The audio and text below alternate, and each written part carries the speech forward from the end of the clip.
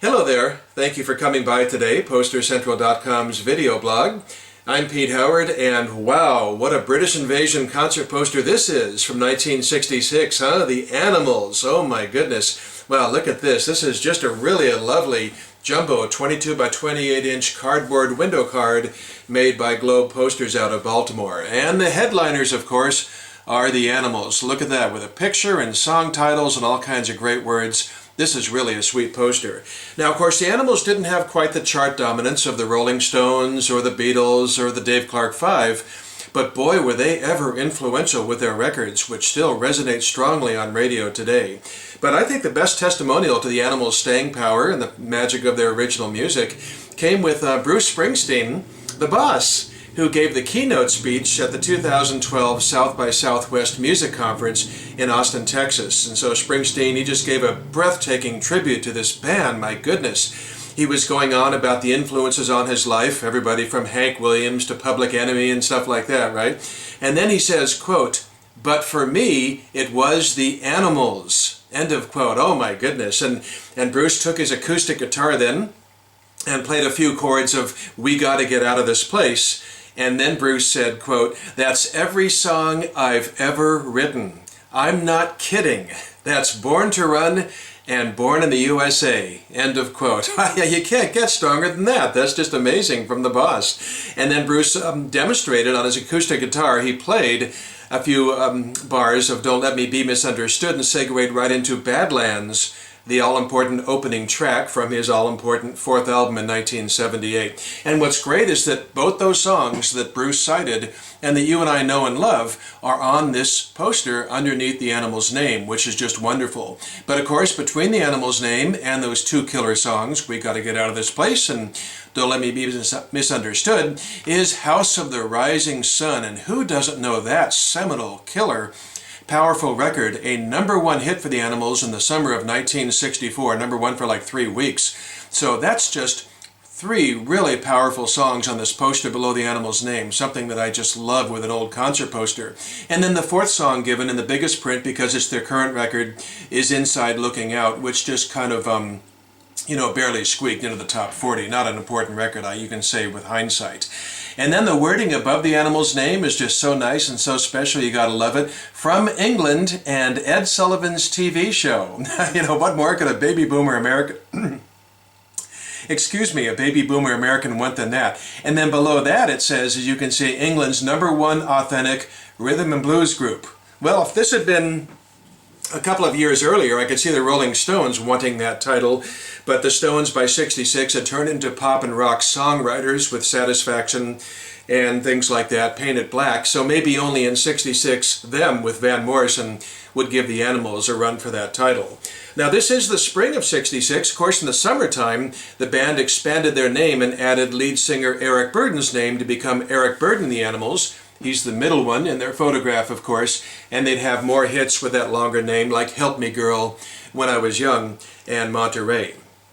Now, I just love the timing of this poster in the Animals' career, though. I mean, it absolutely hits the bullseye when it comes to their LP records, because currently in Billboard's top 10 was "The Best of the Animals," and that was by far their most successful LP ever. Spent it spent 113 weeks in Billboard's top album chart, and that's over 2 years, of course, so that's just spectacular. But alas, 1966, some financial difficulties beset the group, and they had some personnel changes, and the most key one was the departure of their bass player, Chaz Chandler, who's the tallest guy in the picture, as you can see right here by my finger. Boy, if you know your rock history, you know the importance of Chaz Chandler. All he did was leave the Animals and go back to England, take Jimi Hendrix with him, who was playing under the name of Jimmy James at the time when Chandler first saw him on the last Animals tour, and formed the Jimi Hendrix Experience. And that's not an overstatement. Chandler actually recruited Mitch Mitchell and Noel Redding to play in the Experience with Jimmy. He managed Hendrix, and he produced the first 2 Experience albums. So, my goodness, Chandler really went on to great things off this poster, but of course I don't want to digress too much off of the Animals, the headliners. And the second billed act was also a national name, as you can see, Sam the Sham and the Pharoahs. And heavens, I mean, who doesn't know Wooly Bully, which luckily is on the poster by their name. Wooly Bully was just a monster the year before. In fact, it spent more time on Billboard's single chart than any record in '65, including any Beatle hit, so that's pretty amazing. And then not on this poster, because it would come later this summer, Sam the Sham hit really big again with Little Red Riding Hood. And then below them, bottom billed, you of course the local act always got that position. There you have Winchester's own Brutus and The Roamins. But if you know your music history and your national hit makers, you might say, wait a minute, Brutus and The Roamins? That's not Brutus and The Roamins. Yeah, you're right. Bottom center there is Sam the Sham. And those are the Pharoahs. And then if you go up by Sam the Sham and the Pharoahs, and you're not on the local scene, you'll say, who the heck is that? It's not Sam the Sham and the Pharoahs. I guess, you know, it depends on whether you're looking at this with a national perspective or a local perspective, but if you were a local, you would certainly say, hey, what the heck, you know, they totally switched the pictures. That's Brutus and The Roamin. So that's right, these two photographs are completely switched, which is really, you know, that's a serious mistake. So, you know what Globe Posters did? They went and reprinted this poster with the correct pictures by, you know, switching these two incorrect photos.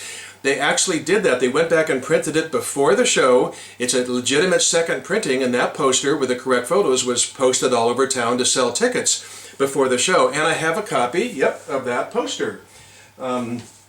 These are both, of course, original pre-show printings by Globe Posters, and as you can see, voila and ta-da, the correct photos next to those two bottom billed band names. So Globe got it right. I'm sure everybody was quite happy, especially on the local scene. Interestingly, Globe did not just correct the photos, they decided to do a couple of other things too. Up in the venue information there, they added a second location where you could buy tickets, but most coolly of all, look at the song titles under the Animals. Wow, the addition of It's My Life, a killer Animals song, just one of my all-time favorites, a monster hit from the mid-'60s, right next to House of the Rising Sun. Of course, House of the Rising Sun, they didn't put the in to save space on either poster. But look at that, It's My Life. Now you have 4 monster animal hits on this second printing, done before the show, again, a pure advertising piece. So that's just really, I just love that, you know, the mystery of these poster printers and what they were thinking about then, and they knew these were all disposable pieces to be thrown away, but how the decisions went down and stuff. And there's actually a couple of other little, you know, artistic differences between the two posters as well. So Globe really, you know, went to some trouble. So you might ask yourself why? Because this is indeed the only instance I've stumbled across where Globe did a second printing before the show. Of course, Globe generally didn't do printings after the show, like the Psychedelic World did. But anyway, to correct a mistake. It's the only instance I know of. Please let me know if you know of another one. Well, I think they did it because, very simply, Brutus and the Roamins down there, one of the Roamins was the promoter of the concert. That's right, and his name is Hugh Brent. And he's the tall, good-looking fellow here in the upper right where my finger is. That is Hugh Brent. He was not just in the opening band, he was the promoter of the show. In fact, you can see up here it says Hugh Bren Presents, and Hugh Bren is just a company name short for Hugh Brent. So he probably interacted with the poster printer with Globe, right? He's the promoter of the show. So he ordered up the posters and everything. They came back from the printers, he opened the package, and he saw that his band was pictured incorrectly. So not only from a personal level, but a professional embarrassment to have the poster all over town. Of course, remember, this is the corrected one. The poster all over town with the incorrect photos. He'd be sort of the laughing stock in Winchester, and he was a very important music player in Winchester at the time. So I'm sure Hugh Brent picked up the phone rather quickly, called Globe and said, redo this thing, and they did. So that's probably the primary reason, I would guess, why the poster was reprinted. The promoter of the show was a member of one of the bands which suffered the photo switch, I guess you could say.